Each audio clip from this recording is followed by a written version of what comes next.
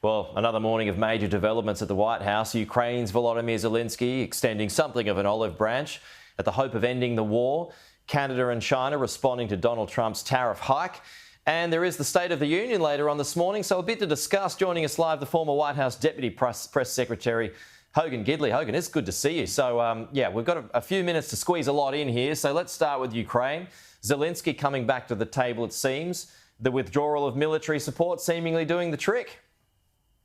Absolutely. I mean, this was a disaster of epic proportions by Volodymyr Zelensky inside that Oval Office when Donald Trump gave him a deal on a silver platter. And much like the America First ideology, Trump made sure that we were going to recoup some of the money, the hundreds of billions of dollars we'd given to Ukraine in this minerals deal. It would make us less reliant on China, but also the American business interest there gives Ukraine a tacit implication that we will be there to secure them and provide some level of safety.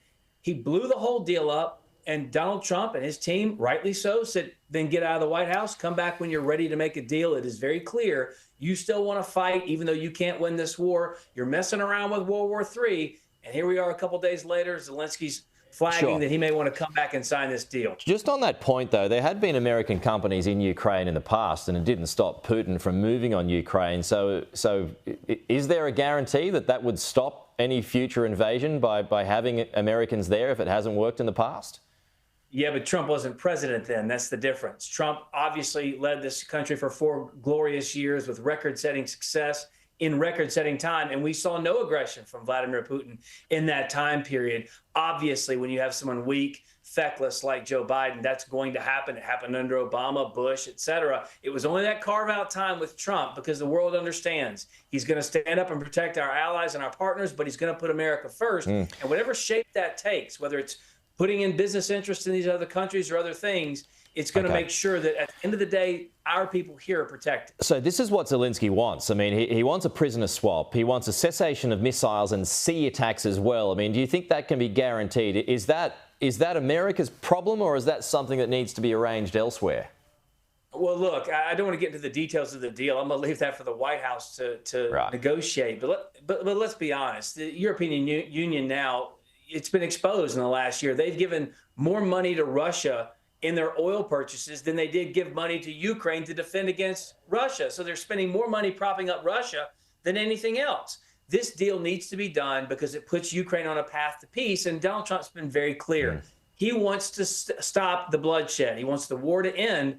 And as you look at the American landscape, you look at the Ukrainian landscape, polling shows people want this kind of stuff ended. They don't want to spend money on it. They don't want to spend treasure and lives being lost in these wars. So if they can come to a deal, it's going to be the start, hopefully, to some peace and a ceasefire over there. All right, but as you got one physical war that's coming to an end, you've got a trade war that is at its beginning.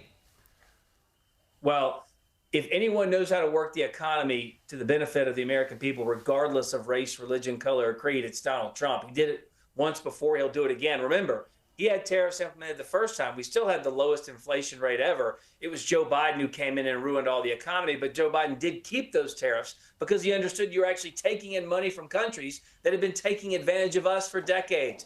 Donald Trump's ratcheting up that pressure. He wants to have open trade with these groups, but just remember, every politician I've worked for in the last 25 years in politics says the same thing. They want free and fair trade. It's a great premise. The problem is when you implement it, the free trade's always there, but the fair trade never follows. Donald Trump is trying to level the playing field. I'm most sure that over time, his policies will end up making our lives better, and we're going to spend less for gas and groceries, which is what he was elected to do in the first place. Can that be done within 4 years, though? I would imagine so. He did it the first time around in 4 years. It took Joe Biden a couple years to ruin it. So I would imagine it's going to take him some time to bring it back down too. But remember, it's a shakeup. As you were talking about the markets before this segment, the stock market here in America, we really like stability. We like to predictability. And when Donald Trump came in, they were a little worried.